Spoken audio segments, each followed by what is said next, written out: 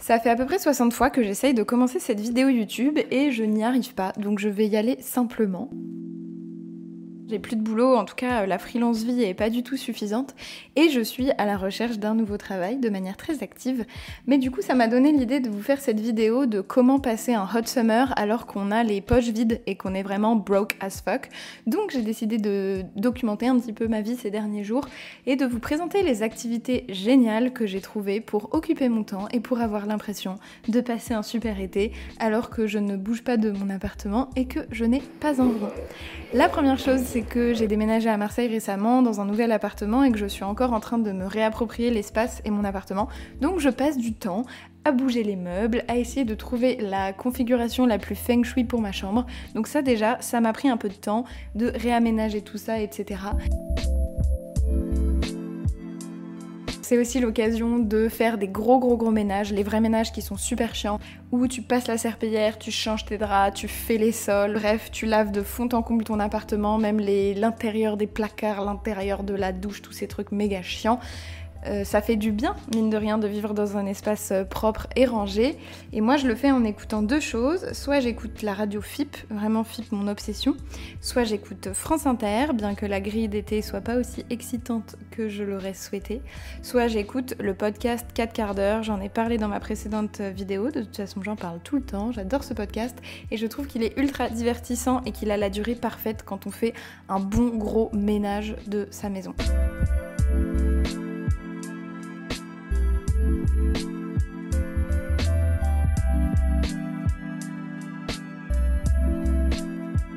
J'ai profité aussi de tout le temps que j'avais devant moi pour me mettre à différentes activités manuelles. J'ai commencé par faire beaucoup de perles, mais je fais aussi maintenant de l'argile autodurcissante. C'est une nouvelle passion. C'est des packs de 500 grammes que je prends chez Action, ce qui est très mal, mais bon, en même temps ça vaut 1,50€ le paquet. Et grâce à ça, je peux faire des petites sculptures. Au début, j'ai commencé par faire des petites bougeoirs. Je me suis mise à faire des petites huîtres et des petites moules avec des perles que j'ai insérées. Là, vous avez une énorme huître dans laquelle on peut mettre des clés, dans laquelle on peut mettre des bijoux, voilà. Et donc ce matin, je vais faire ça. À notre crémaillère, on a reçu ces espèces de cristaux qui sentent bon, mais qui pour fondre ont besoin d'une source de chaleur en dessous. Donc je vais faire une espèce de petit hôtel là, je sais pas comment on appelle ça, un chauffe-plat, enfin une structure pour accueillir un chauffe-plat pour pouvoir accueillir ces cristaux. Je vais regarder peut-être aussi des idées sur Pinterest. Porte-savon, on en a un. Ah, un truc à éponge, un porte-éponge. Stylé. Ah ouais, c'est ça, je voulais faire des trucs aussi pour porter l'encens. Au début, ça a cette tête. Ensuite, en 24 heures, ça sèche, ça devient blanc. Ensuite, de temps en temps, j'utilise du papier de verre pour polir un peu les défauts. Ensuite, je peins avec de la peinture acrylique. Et ensuite, je vernis. Je vais me mettre un petit documentaire Arte que j'avais commencé et que je n'ai pas fini. Le documentaire que je veux regarder, c'est Trop chaud pour travailler. Des ouvriers bon marché, qui en dépit de réformes récentes passées par l'Émirat, restent...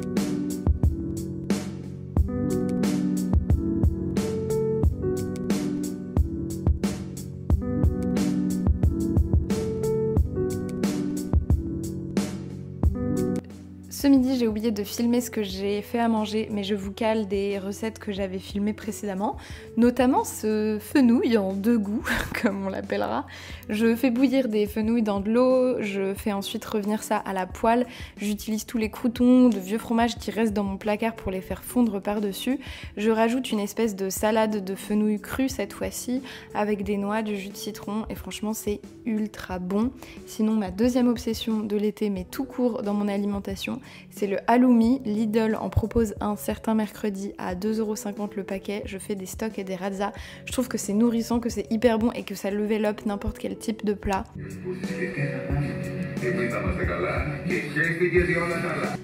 L'été, je mange devant la télé quand je mange pas avec ma coloc ou avec des copines. Donc là, j'ai essayé une nouvelle série Netflix que vous m'avez recommandée, grecque, que j'ai pas du tout accroché. En revanche, je peux vous conseiller de regarder Drag Race France. Vraiment, c'est génial. J'adore ce show. J'adore toutes les valeurs qui sont partagées et que ce soit accessible sur la télé publique française. incroyable. Après déjeuner, j'en profite pour noter toutes les recommandations que vous avez l'occasion de me faire sur Instagram pour les livres à lire, les podcasts à écouter et les séries à découvrir. Ça, c'est typique des activités gratuites qu'on peut faire en été. Pour ce qui est des livres, moi je vais à la bibliothèque maintenant, comme ça je peux lire beaucoup plus et ça me coûte rien. J'ai la chance d'avoir la bibliothèque L'Alcazar à Marseille qui propose un rayon de romans graphiques et de BD absolument incroyable et le mec qui s'en occupe met en présentation plein de choses, donc je cherche pas forcément, je prends ce qui me tombe devant le nez. Et là récemment, gros coup de cœur pour La Saison des Roses. Un super truc à faire quand vous êtes pauvre et que vous voulez avoir hot summer, c'est de faire du bénévolat. Parce que l'avantage du bénévolat, c'est que quand bien même tu travailles, tu as souvent des avantages liés à ce travail. Et moi là par exemple, j'ai fait du bénévolat pour le FID, qui est un festival de cinéma à Marseille. Et grâce à ça, j'ai pu voir plein de films. Enfin en gros, j'étais accréditée pour le festival. Et donc j'ai pu voir les films gratuitement, plutôt que de devoir payer mes places ou mon pass en contrepartie de quelques heures de travail. Et en plus de ça, c'est super chouette parce qu'on rencontre une équipe, on rencontre d'autres jeunes comme nous, on peut se faire des potes, il y a souvent des soirées le soir, des événements qui sont faits, il y a toujours un truc bien familial et bien sympa dans ce genre d'événement.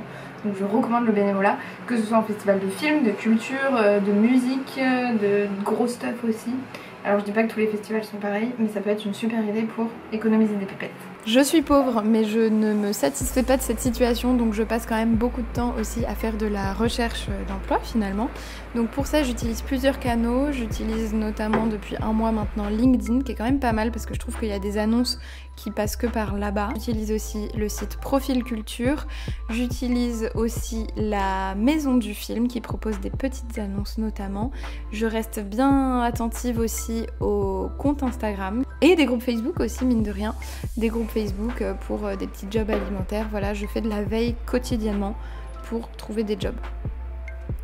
Un bon moyen aussi de faire de l'argent, c'est de vendre des vieux vêtements que vous portez plus sur Vinted, et c'est vraiment une mission qui est infernale de prendre le temps de prendre toutes ces photos et de les poster sur Vinted, mais avoir le temps quand c'est l'été et qu'on n'a pas de boulot, c'est vraiment le moment parfait.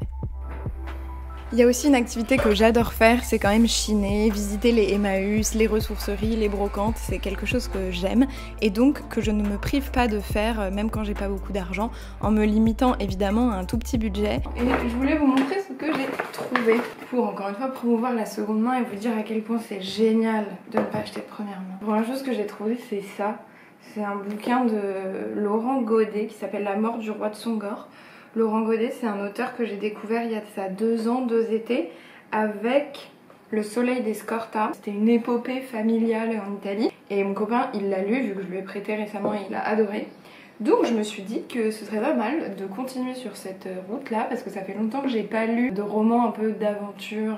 Donc comme ça, je le lis et je lui file ensuite un bouquin tout petit, tout fin, mais je me suis dit que ça me ferait un voyage de train, qui s'appelle La Sèche de Maréline Desbioles. Une femme seule prépare des sèches farcies pour ses invités du soir, et cuisiner c'est tout un art, l'art de recevoir, d'offrir, de se mettre en scène et de séduire. Cuisiner, c'est sentir, toucher, goûter. Et cette image-là, elle m'a fait penser à une image du film Le syndrome d'une orchidée, de l'orchidée, de Jenna Castetbon, que j'avais programmé dans mon cycle de court-métrage du Lyra Ciné Club.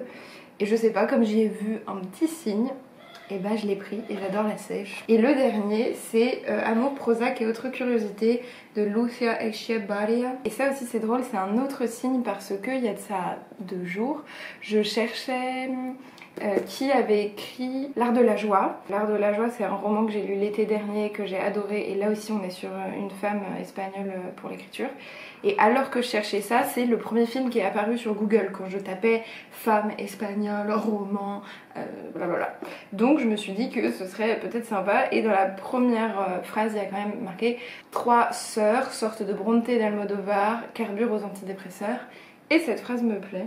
Donc voilà, chacun de ces romans m'a coûté 50 centimes. On vient d'emménager dans un nouvel appartement à Marseille avec Camille qui est ma colocataire, et donc cet appartement il est déjà meublé.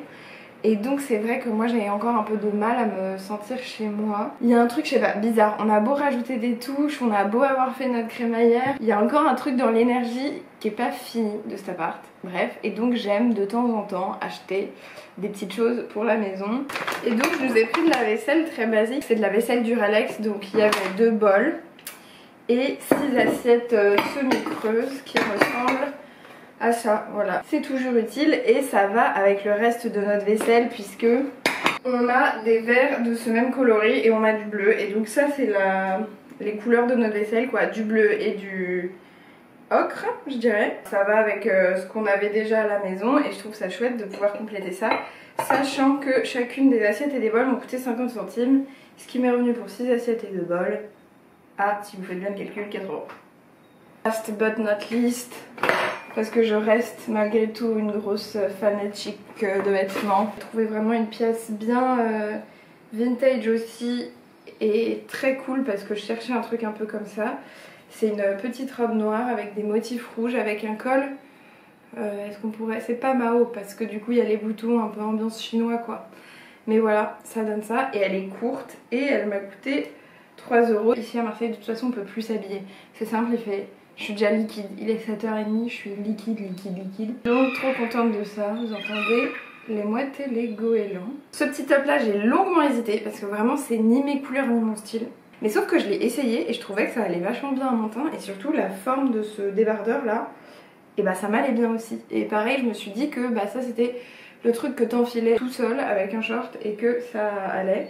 Et que ça me changeait de mes simples débardeurs noirs, gris et blancs parce que je m'habille tout le temps pareil. De toute façon je suis dans une période un peu de transition. Je sais pas pourquoi j'ai envie de... Je sais pas si j'ai envie d'affirmer un truc mais j'ai tellement fait le débarras de plein de choses. Puisque bah, j'ai pas renoncé mais j'ai quitté ma vie parisienne et beaucoup de choses de la vie là-bas. D'ailleurs ça faisait partie de mon vision board de l'année d'assumer un style plus conséquent. Bon, on va voir si ce top jaune tient l'été, si je le porte assez, si je le rentabilise, si je me sens bien dedans. Si c'est le cas, trop bien. Si c'est pas le cas, Vinted et ça m'a coûté 1 €. La dernière chose, c'est une grande chemise d'homme. Ça, je trouve ça bien quand, pareil, on rentre de la plage à Marseille et qu'il fait un peu plus froid le soir, mais qu'on n'a pas envie de se mettre une grosse laine. J'avais un peu envie de ce genre de chemise d'homme que je vois un peu partout en ce moment sur Instagram. Même s'il faut pas se faire influencer comme un gros pigeon par les réseaux, bah ça a marché sur moi. Ces matières de coton qui sont pas moulantes et collantes, c'est le genre de choses que j'ai envie de porter juste avec une culotte ici parce qu'il fait trop chaud. Et cette chemise m'a coûté 3 € elle aussi. Continuez d'aller dans vos magasins de seconde main à proximité de chez vous pour trouver des choses super pour votre maison qui n'ont pas besoin d'être neufs, qui plus est vous font faire des économies immenses quand vous n'avez pas beaucoup de sous. Et j'adore la fouille en fait. Ça prend un peu de temps mais j'adore fouiller comme ça et trouver des trucs. Quand tu trouves des beaux trucs et tout, t'es bien content quoi. Pour revenir à mes activités manuelles, la peinture est vraiment quelque chose qui me détend parce que ça coupe complètement mon cerveau du monde et ça c'est vraiment trop bien.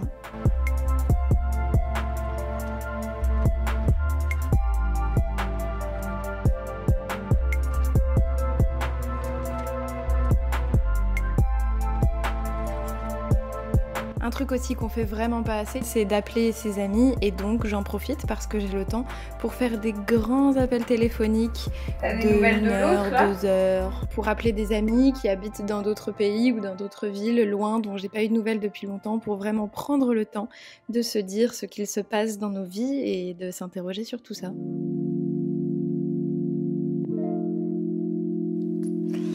Et puis le dernier truc bien sûr que je vous conseillerais pour quand même profiter de votre été, ça dépend évidemment du lieu où vous êtes, mais la randonnée, que ce soit à pied, à vélo, ça fait un bien fou et il suffit juste parfois de marcher. Moi je marche 30 minutes tous les soirs pour aller me baigner dans la mer et c'est gratuit et c'est un plaisir sans nom. C'est aussi une des raisons pour lesquelles j'ai déménagé à Marseille parce que c'est une ville qui offre beaucoup plus de possibilités je trouve que Paris pour se sentir libre, notamment quand on n'a pas un rond.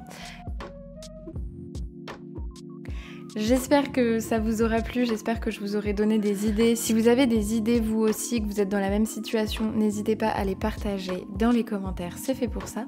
On se retrouve très prochainement sur Patreon ou sur Instagram ou ici peut-être, qui sait.